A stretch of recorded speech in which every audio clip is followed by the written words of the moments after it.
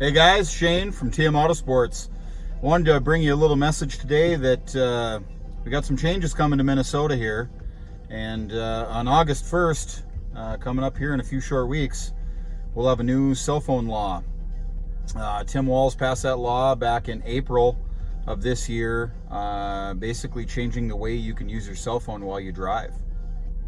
Now with this new law, the gist of the law is going to be that you're not going to be able to hold your cell phone in your hand. So they don't want you holding your phone like this and driving down the road. The phone can be in a holder and you can use your phone to make phone calls or to listen to music, but everything you do on your phone has to either be one touch or voice activated. Now with a lot of the newer vehicles with Apple CarPlay or Android Auto, that feature for one touch and or voice activation is going to be seamless. Of course, for the people that know how to use their phone and they can use Siri or Google Assistant, that works well also. There are certain things in your phone that you want to access. Maybe there is no way to use voice recognition for, and you're not going to be able to do that. Now, of course, the law doesn't say you can't use your factory screen, your factory navigation. You can touch your, factory radio, heater controls, things like that. But if they see you actively using your phone, that's when you're going to get into trouble. And definitely no holding your phone in your hand. A lot of people hold their phone in their hand against the steering wheel or against the shifter, using one hand, using a thumb to navigate the phone. They're going to be watching for that. If you've been watching the news at all, you'd see that they're going to have sting operations and all that for catching people. So what to do to become compliant? Use your 3.5 jack, mount your phone to your dash somehow with a fixed holder, magnet mount, ball mount, something like that. Take the necessary precautions to just not even use your phone at all. Use an iPod for music or something, so you're not using your phone and be tempted to be distracted and pick the phone up to look through it. They're even saying that anywhere on the roadway, so if you read the law, which I'll post in a link below, if you're in a traffic jam, you also can't hold or use your cell phone. So if you're in control of your vehicle, at a stoplight, at a stop sign, in a traffic jam, stop for a school bus, any of those things. Now, one thing to watch out for is school buses. The state loves to use a school bus to catch people for doing things illegal. Not only running around a school bus, but from that height, they're able to look down and look into your vehicle, trucks and cars equally, and see if you're on your phone. So that's one thing to be aware of as well. I believe, it will make a safer situation out there. A lot of the vehicles are distracting nowadays. Of course, you can get a ticket for distracted driving, for eating while driving or shaving while driving. I've seen some pretty crazy things on my drives back and forth, and people are doing all kinds of stuff they shouldn't be doing in a vehicle. So you've always been able to get a ticket for distracted driving, but this is specifically hands-free law, and they're really going to be hammering on it. So your first ticket for this hands-free law is going to be $50.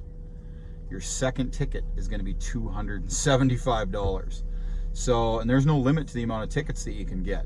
So you can get 1 ticket, 2 tickets, 5 tickets, you can get 10 tickets in a day. It doesn't matter. If they see you, they can pull you over and give you a ticket. There is some specific language in the law about GPS navigation device. They're saying that GPS and other systems can only be used for navigation, and they are exempt from the hands-free law. In-car screens and the systems in the car are also exempt. But in both cases, these systems must lock while you're moving. So a lot of the aftermarket GPS units don't do that. Most of the phones don't do that either. But they're saying that you can use it for GPS. It can be mounted on your dash. That law passed many years ago, but it has to lock while moving. So I don't know what you would do in that case if questioned with that. And they'd have to prove that the phone or the GPS unit didn't lock while moving. The biggest thing is you can't be actively using it beyond just a single touch, and you cannot be holding it in your hand. So what do? Well, the easiest thing is just turn your phone off and drive to your destination. The second thing you can do is use your phone in hands-free mode, but most vehicles aren't going to allow you to hear the phone very well or let your recipient of your call hear you very well. You're definitely not going to be able to hold the phone in your hand and hold the phone up to your face like most people do when they're driving. You're definitely not going to be able to do that. So you're going to need to plug the phone into your factory radio, or connect it wirelessly with Wi-Fi or Bluetooth, or connect it with a data cable. Now, if you have a vehicle that doesn't have that as an option, we can help you. We can install either a data integration piece that will allow your phone to connect to the factory radio, so that information comes up on your factory radio, essentially making it hands-free or one touch on the factory screen, or just even factory non-screened radio. Or we can install a whole new radio to give you that, either a screen, or even just a basic radio. We have basic radios for $120 that'll allow you to connect your phone through Bluetooth.